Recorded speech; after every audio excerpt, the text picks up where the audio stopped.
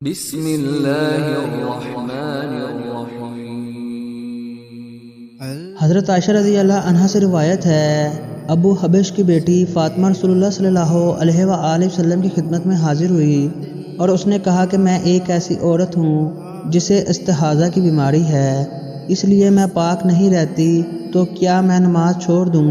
آپ صلی اللہ علیہ وآلہ وسلم نے فرمایا، نہیں، یہ ایک رگ کا خون ہے، حیض نہیں ہے، تو جب تجھے حیض آئے تو نماز چھوڑ دے، اور جب یہ دن گزر جائیں تو اپنے بدن اور کپڑے سے خون کو دھو ڈال، پھر نماز پڑھ۔ حشام کہتے ہیں کہ میرے باپ عروہ نے کہا کہ حضور نے یہ بھی فرمایا کہ پھر ہر نماز کے لیے وضو کر، یہاں تک کہ وہی حیض کا وقت پھر آ جائے۔ صحیح بخاری حدیث نمبر 228۔